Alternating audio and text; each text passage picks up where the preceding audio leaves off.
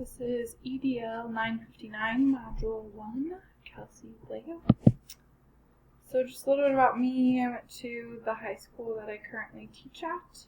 I'm from Fort Collins, Colorado. I also did track and field at Colorado State University. I studied family and consumer sciences as well as human development and family studies. I sometimes coach track, and I'm the advisor for our school club called FCCLA, which is Family Career Community Leaders of America.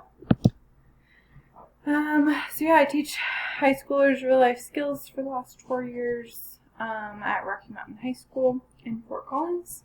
I love being outside, watching a good movie, or reading a book. I'm a dog mom to Juniper, and also have a 6-month-old named Grayson, and married to my husband for 3 years. So yeah, that's a little bit about me.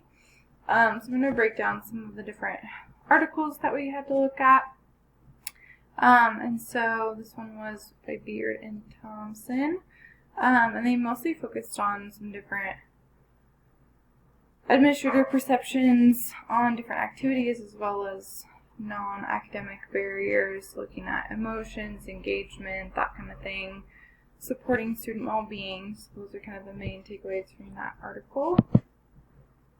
The next one is an article by Chan, and they focused mostly on individual students' needs as a top priority, and then also taking findings from different studies to challenge their leadership.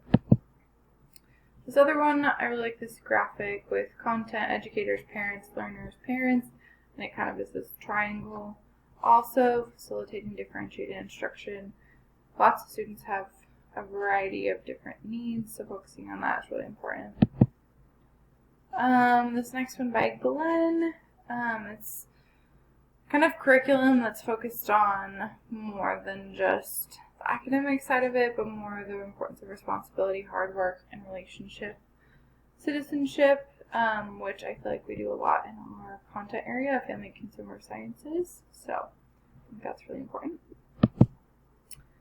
And then the next one is looking at different practices in terms of literacy instruction. So again, principals should kind of have a goal to improve the lives of all children, especially with language, whether it's the same language, different languages, reading, writing, all of that good stuff.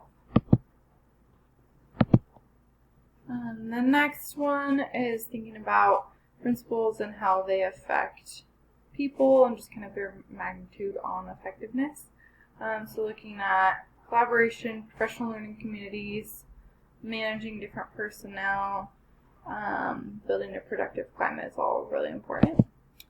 The next one I looked at was Common Core state standards, having those kind of be in the front line of all instruction, but then also interpersonal relationships and organizational climate are probably the most impactful for shaping different individuals. So those are kind of some of the main things I got from that article.